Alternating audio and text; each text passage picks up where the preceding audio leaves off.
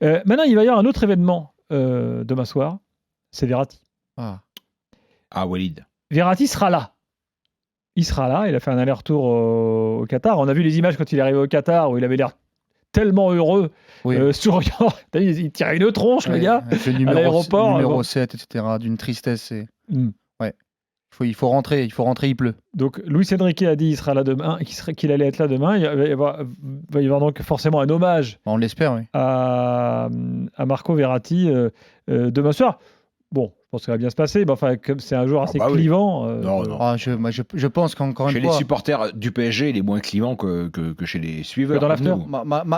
Malgré tout ce qu'on peut lui reprocher, enfin que certains lui reprochent, et les débats qu'on a pu avoir avec Daniel, et Daniel le reconnaît lui-même, les 6-7 premières années ont fait l'unanimité de Verratti en Ligue 1 au Paris Saint-Germain. Donc j'espère que les supporters vont lui offrir l'hommage qu'il mérite, parce qu'il a fait 11 ans dans ce club, il a gagné énormément de titres, et puis même subjectivement, c'est un joueur qui est très très beau à voir et qui aura pour moi marqué de son empreinte son époque en Ligue 1. Jean-Jacques est avec nous, supporter parisien. Jean-Jacques, bonsoir. Bonsoir messieurs, comment ça va ? Ça va et toi ? Salut Jean-Jacques. Super. Est-ce que toi tu fais partie de ceux qui regrettent déjà Marco Verratti ?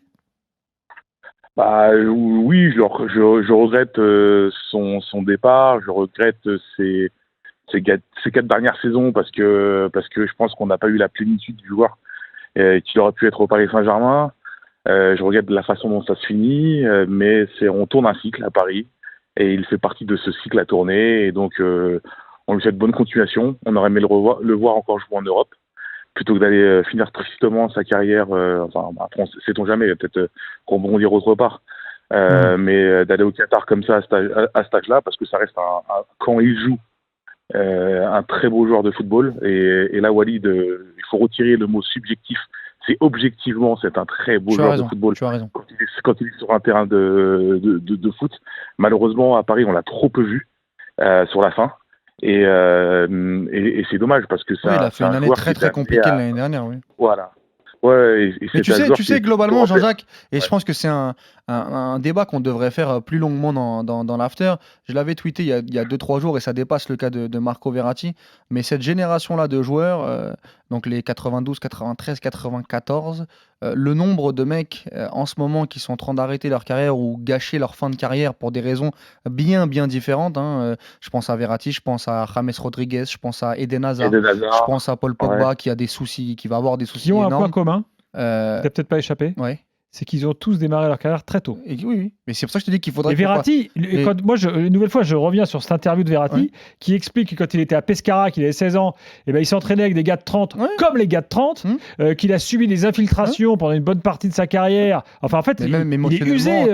Il est jeune, mais il est usé. Même en termes de pression, tu peux faire la même chose pour Neymar, qui a eu une pression, mais un jour, il faudra qu'on prenne un peu de recul, malgré tous les reproches qui peuvent être peuvent lui être faits, mais à juste titre. Pogba, c'était des mecs qui devaient être des cracks générationnels pendant 15-20 ans. Et pour toutes ces raisons-là, aujourd'hui, ils ont des fins de carrière, mais catastrophiques. Catastrophique. C'est pas tout à fait. Tu l'as dit toi-même, c'est pas tout à fait les mêmes. C'est des cas différents. Blessure. Hazard, il est allé au bout d'un truc. Non, mais il n'a pas non plus atteint ce qu'on imaginait qu'il atteindrait. C'est ça exactement. Mais blessure, hygiène de vie, plein de choses.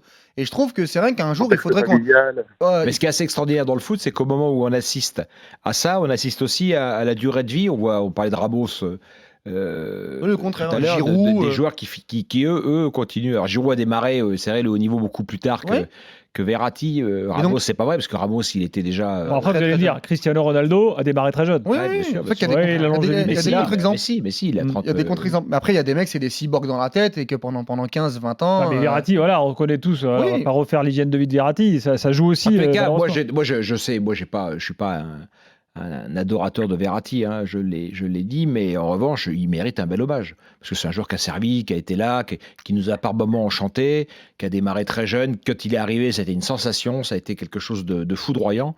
Donc, il mérite effectivement un bel hommage. T'as pris du plaisir à le commenter quand même. J'espère qu'il aura un bel hommage. Oui, mais je suis toujours sur ma faim avec ces joueurs-là, parce que je me dis que j'aurais dû voir tellement...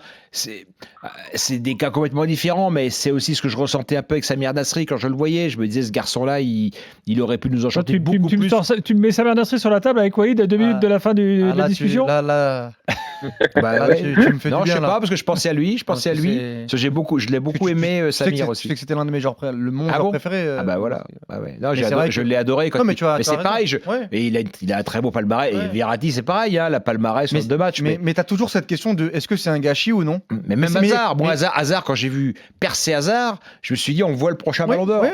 Voilà, Oui, mais c'est pour ça que le si gâchis- Mbappé n'a pas le Ballon d'Or, je reviendrai pas. Mais c'est pour ça que Je reviendrai c'est pour ça que le gâchis Ouais. est relatif en fait finalement. C'est d'où on se place. Ouais. Qu'est-ce qu'on attendait à la base? Parce que tu sais, il y en a qui peuvent te dire, mais Verratti, il arrive de Pescara pour 10 millions d'euros dans l'ombre d'un Zlatan et d'un Thiago Silva. Est-ce que Non, tu mais l'attendais? Verratti, pour moi, c'est vois le moment charnière, c'est Son quand, départ quand il n'a pas le courage, la liberté. Moi, j'aime les hommes libres, j'aime les hommes courageux, j'aime les hommes qui suivent leur destin. Au moment où le Barça le veut, son destin, c'est d'y aller. S'il est un homme, s'il est un... Oui, mais est-ce qu'on Voilà. est-ce qu'on l'a laissé aussi?